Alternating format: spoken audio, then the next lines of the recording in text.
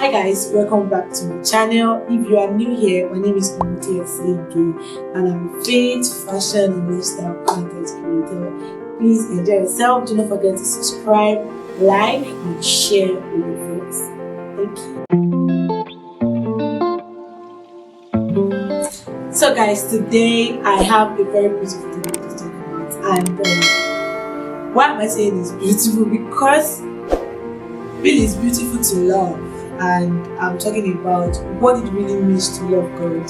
Guys, okay, so I think for me, for a very long time, I used to think to love God is to do so many activities. Like you get, when you go to church, pray for long and expensive hours, read your Bible religiously, and all of those things. So he kept on looking that way, and that was all that I was putting. And I understand, because I think I did that for a very long time when I started going with walk with God, and I would literally, I felt that I couldn't stay for a long time without doing anything. Like, when that place when maybe you are not receiving any instruction to go and do anything from God, you feel like maybe God is not even happy with you. Yes, I think that you feel like God is not happy with you, like, hey, God is not asking you to do anything. But you know that there are vessels, when Bible is talking about the vessels that God has, even if you look at your house, there are some very beautiful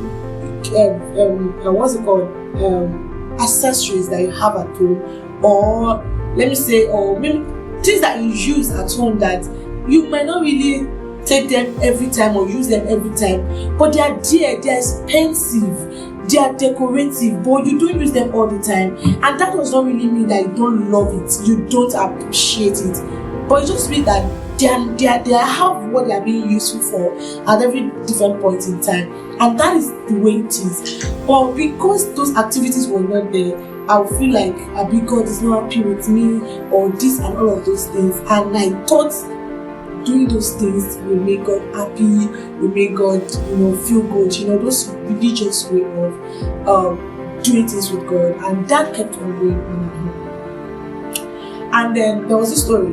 There was a time that there was this friend of mine that I felt like God was leading me. Like I perceived God was leading me to be in a relationship with. So the person didn't know. So it's me that perceived. So I've really prayed about it, all of it. But the thing is that when this we are going to, this guy does not look spiritual. The way those, when you were in campus, like those fellowship guys, like those spiritual guys, they do, when they're on stage, when they used to pray. So this guy was someone that was not even met, and I was like, oh, why are you giving me someone like this? So I was like struggling with it, and there was a day I was having a very good time with God, and it was like, that guy is a man after my heart. What? Like, after your heart? Like, what do you mean, God? Like, I was like, if it is the way we judge as human beings, it's not me. Not that it's bad, like, seriously, he's a very cool guy. But, like, now, you know what I mean. And so I was like, God, what do you... So from there, I started like, what do God see in man that makes him think this is a man? When we look at David, like if David was in our era, we would judge him and say he's the worst guy that we ever know. But he had a very different record with God. And fast forward to after school, and there was a day that God was laying something in my heart, and it's in John chapter 14 from verse 15 to 17 and 21. So it says, if you love me, show it by doing what I have told you. What? Like, is that really what you mean by love? And in verse 21 it says, the person who knows my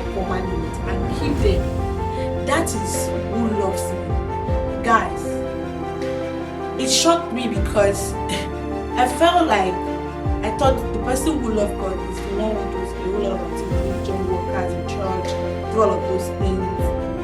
But God is saying it is the one that obeys me. Like, it is not about what you do. Not that those things that you're doing are not good. It's not as if they are bad. They are not bad. To do all of those activities, to pray for long hours, they are great. But if your motive is because so that God can love you, no. It's that God is saying that if for you to love me, is that you obey me. The mark of love is obedience.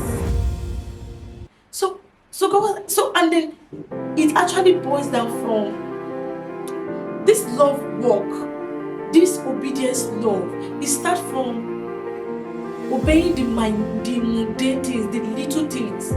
When it's asking you, go and do this one, it's giving you instruction, talk to this person, do this thing, take up this business, do this one.